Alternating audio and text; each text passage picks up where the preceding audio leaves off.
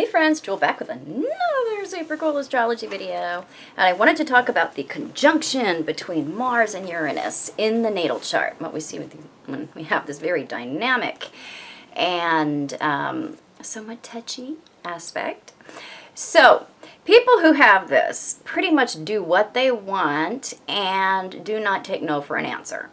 We have Mars, which is the ego and the identity and our forward movement of energy, our experience of bravery, and courage is actually the third house, but Mars is a lot about where we put our emphasis on what we want to be appreciated for getting or doing in the outside world.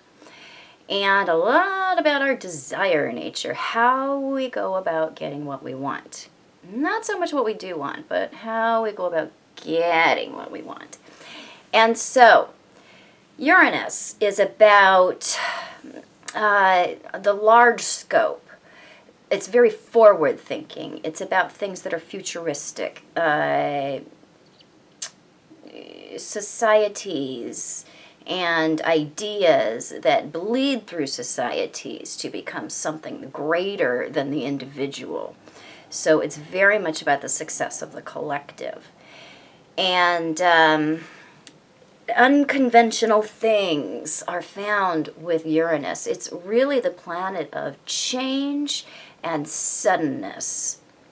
And so, when we have these two in a conjunction, and I'm talking about a same sign conjunction, this is going to really pump up the will of somebody and make it very,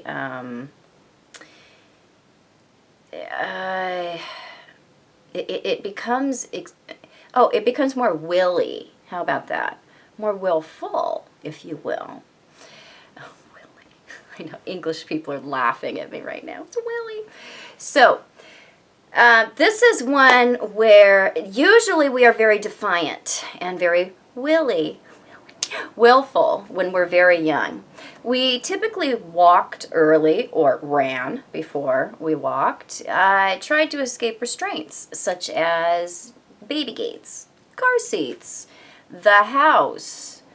So, it's one where very early on we have an experience of wanting to be an individual and wanting to experience many things and using our forward motion, our will, and our energy to make that happen. That's really what's behind this conjunction, is using our will to make things happen in a way that is bigger typically than what most people end up making. We make big waves with our Mars, okay? Big waves.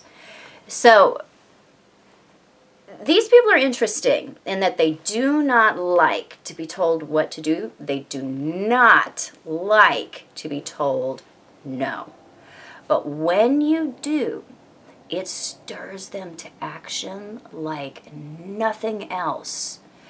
So, you tell them no, and they will do it.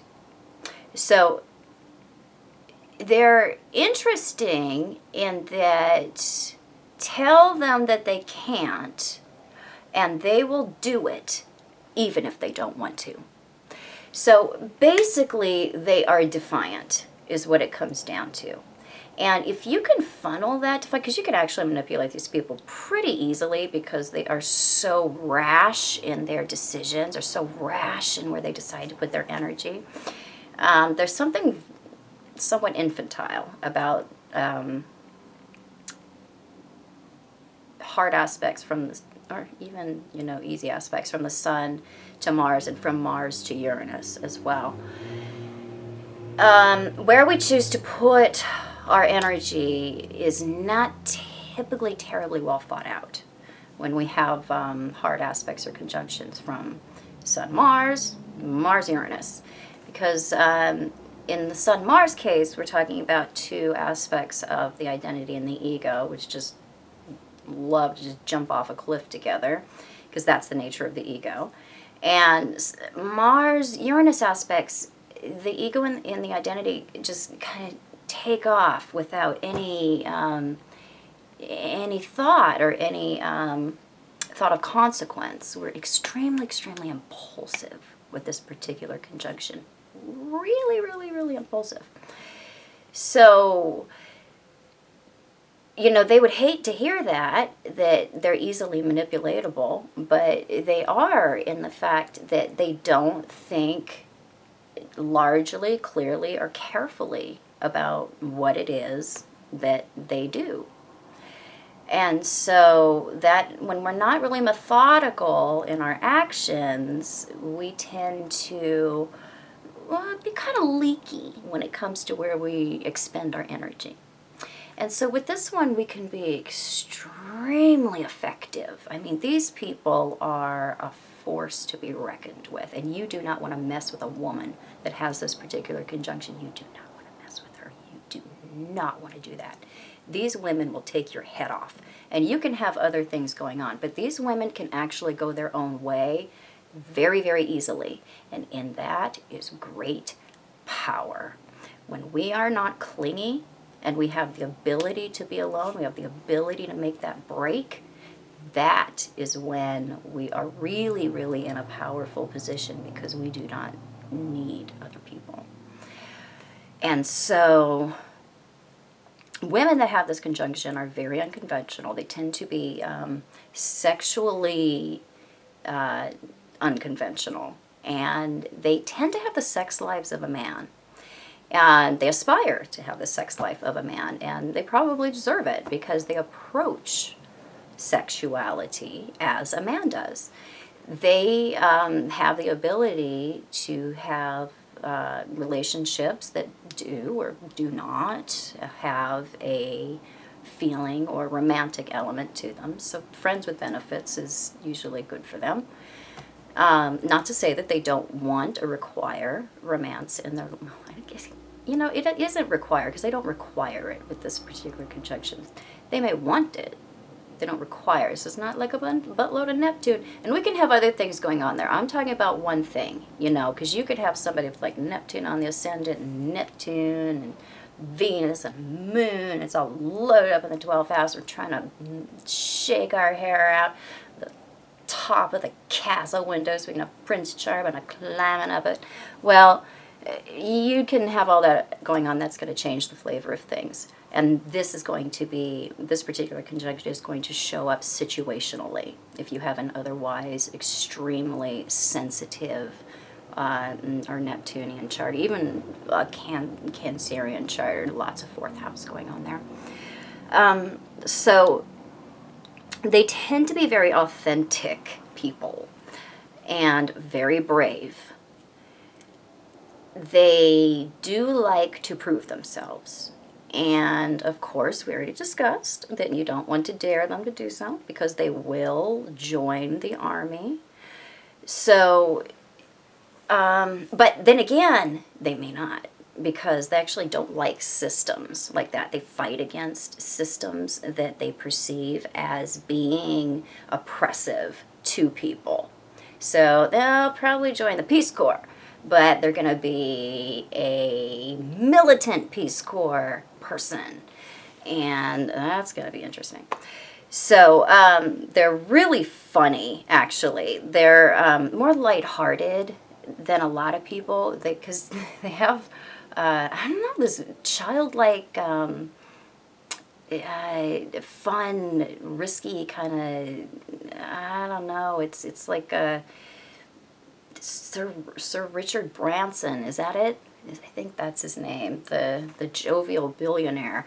That's this is a real, he's probably got, I've never looked at his chart, but I would bet you he's got a Mars Uranus something going on there. So they do tend to be very authentic, very brave. They can be somewhat socially rude. They don't have a real gentle way about them. There's a little bit of a coarseness to somebody that has this particular conjunction. And I, often equate them to the loud American in the group, Europeans, you know what I'm talking about. Where, you're in a crowd and there's, a big person, usually pointy cowboy boots on. They're just being loud, talk about this and that and the other thing, and all the Europeans are kind of sitting around, just shh, shh. He'll go away eventually, get into his Texas-sized car and go eat some more stuff. So it's very much like that the person in the crowd that's not really understanding that their way of socially being is not completely fitting in, and it's usually in a more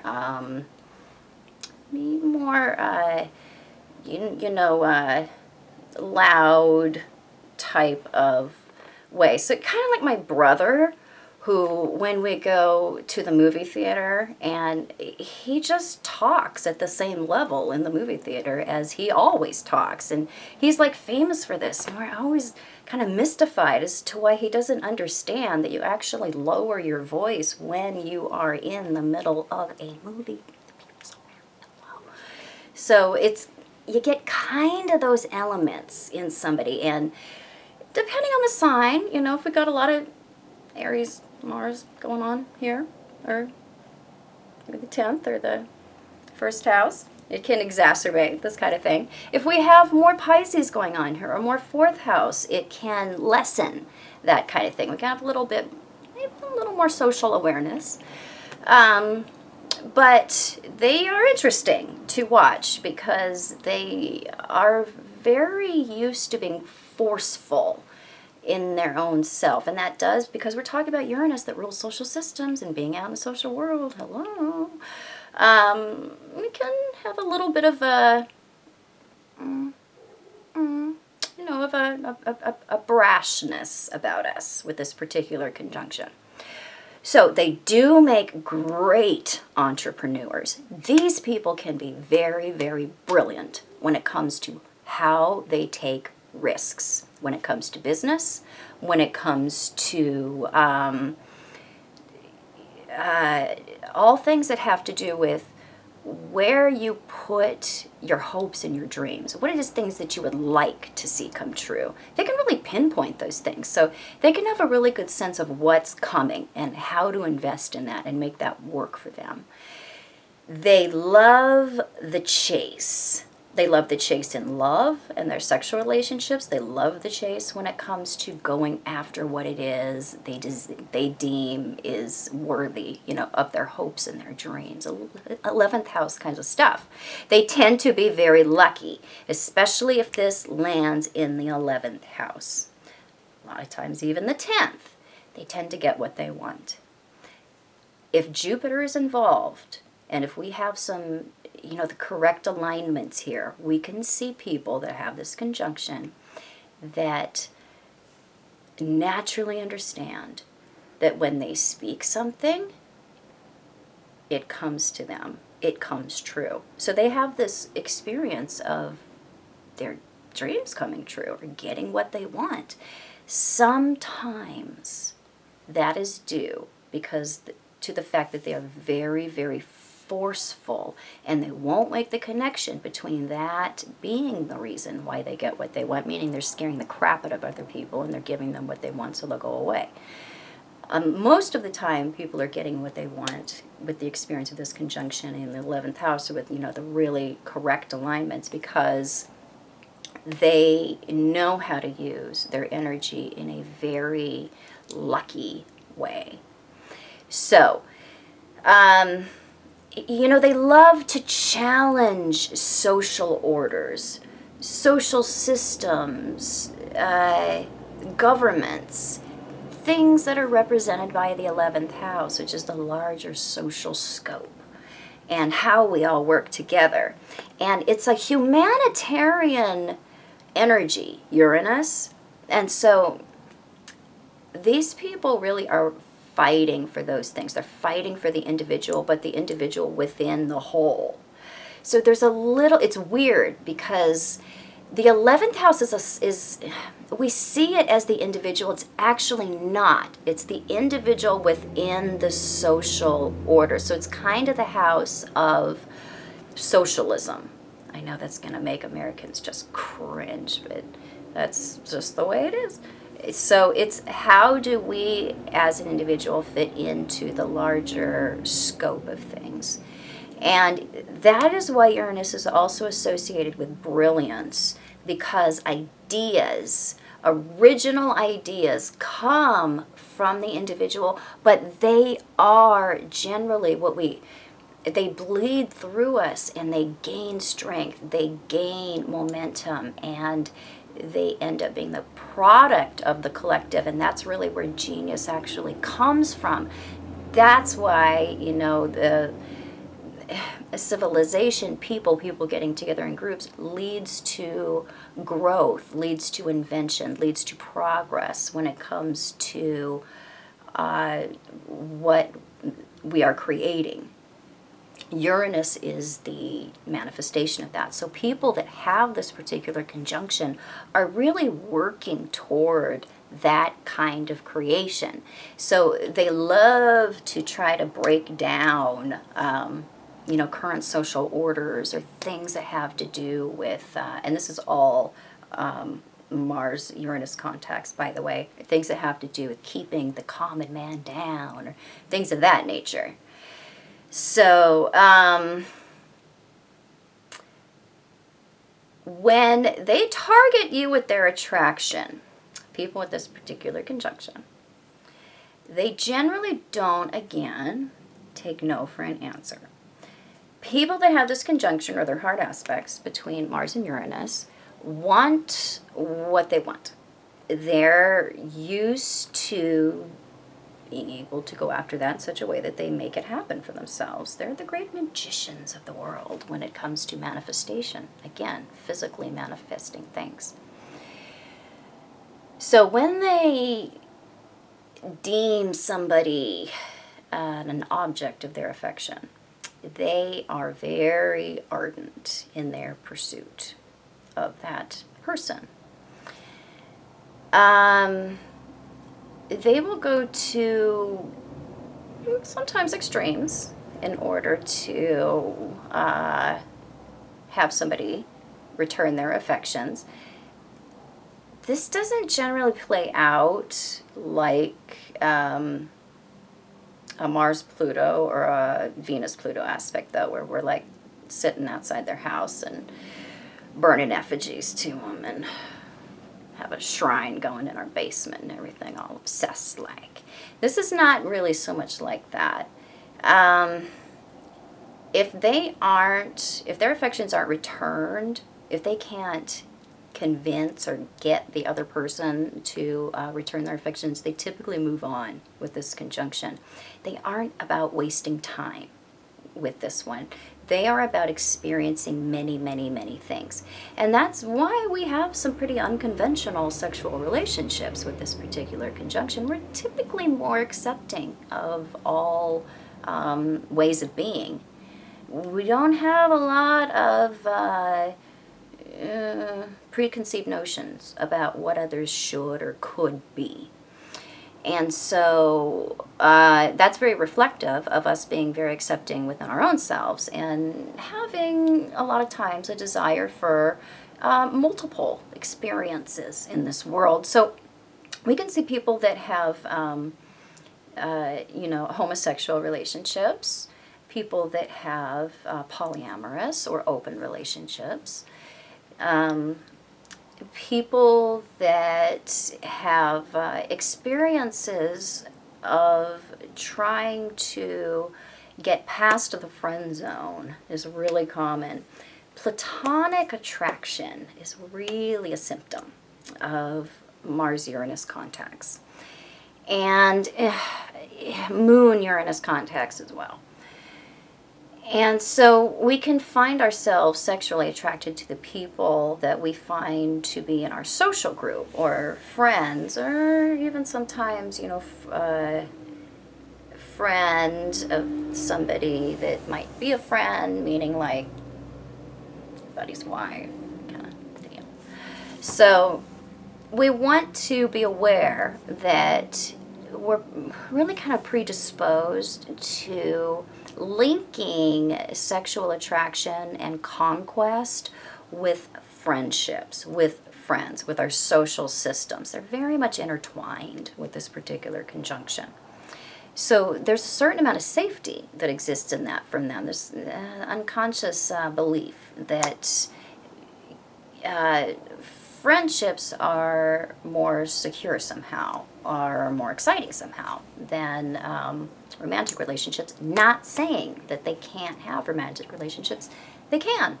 And in an otherwise, Venusian or Neptunian or Piscean chart or whatever kind of chart, Libran chart, they're going to have, that desire for romance, romantic relationships, marriage even. But this conjunction can show up situationally nonetheless. I see this conjunction in women that contact me in their midlife years pretty frequently, that have the experience of somebody coming into their life and really kind of waking up their sense of self, or an affair that they haven't been looking for coming out of nowhere, and they're grappling with this, they don't know what to do, or they've developed an attraction for somebody that they weren't looking for, and they can't seem to get this person to return their affection. So it's common when we have this particular conjunction in female, because what we're doing with this conjunction is we are urging ourselves to have varied experiences. And that doesn't mean that everybody with this conjunction is not going to want monogamous relationships, or is not going to have the experience of monogamous relationships. Yes, that absolutely can happen. It's not as common, but yes, people will and do have monogamous relationships with this conjunction. But within that frame, they need the leeway or the ability for sexual exploration with that mate or with that one person. And so and not just that, but getting out of our comfort zone, exploring, pushing ourselves to have many different experiences that make us feel alive, that get our adrenaline pumping. We want the rush with this conjunction. If we're not getting it, if we're kind of in that dead zone that really precipitates a female's midlife crisis, where we've been raising kids, we've been working, we're just living basically in the same house with the dude we've been married to for years, we're sex lasts, 13 to 14 minutes. We know exactly what's going to happen. We just want to get over so we can get some sleep, blah, blah, blah. We get into that rut, then we can be hit with one of these particular experiences that wakes up our Mars. And so what this is asking for is to have expression of the birth chart. Now you may want to refer to my video that talks about you are not your birth chart, because you can look at this particular conjunction and all aspects, especially particular aspects like this one, in two different ways. And I teach astrology on two different ways. The one is you can learn to overcome this one completely. The other one is you can learn to give this one expression and to give it a place to where it's not demanding that it become a part of your life or come out, because it's really the psychology that we're working out here through the process of living out our birth chart. So those instances of something coming to you, an unwanted sexual relationship, or something that you weren't looking for, or something that somebody's not returning your affections and you're ardently pursuing them, and this comes at a certain time of life, if we can take from that experience the fact that our identity and our ego is really looking for a life of freedom, it's really looking to break out of some of those physical patterns, some of those mundane patterns that we create for ourselves. You need to be aware that you need to set up exciting trips. You need to have some measure of the unknown in your life. You need to schedule things out of the blue with your mate. You need to get him or her into some new form of sexual exploration. You need to do things that are new. You need to do things that are exciting. You need to take your energy, your sexuality, your identity, your ego to a new place, to a new level. And ultimately, what we really want to do is really transcend that. And Uranus is making us see the bigger picture when it comes to our identity and our ego. It's expanding it to a place where it's getting ultimately out of its comfort zone. So we do that through varied experiences and through having people come into our lives that can be very startling or very jolting. And that's another one, is that we tend to attract electricity when we have this, especially Uranus at the North Node, especially. They love to get struck by electricity. But yeah, Mars-Uranus combinations, we do tend to be pretty electric, and we can have, just more electricity coursing through us in general. I think that was everything that I wanted to cover. Of course, there's more. I always end a video and I was like, oh, it should have been at least 10 more minutes long. But what are you going to do? So I hope this was helpful. If it was, please subscribe to my channel. You can find me on the internet at truthandaspectastrology.com and on Facebook and Instagram at Truth and Aspect Astrology. Yes, I do private consultation, and I am mainly a relationship and intimacy astrologer. But I interpret all types of charts under the sun, and I will be back super soon with more super cool videos. Bye-bye.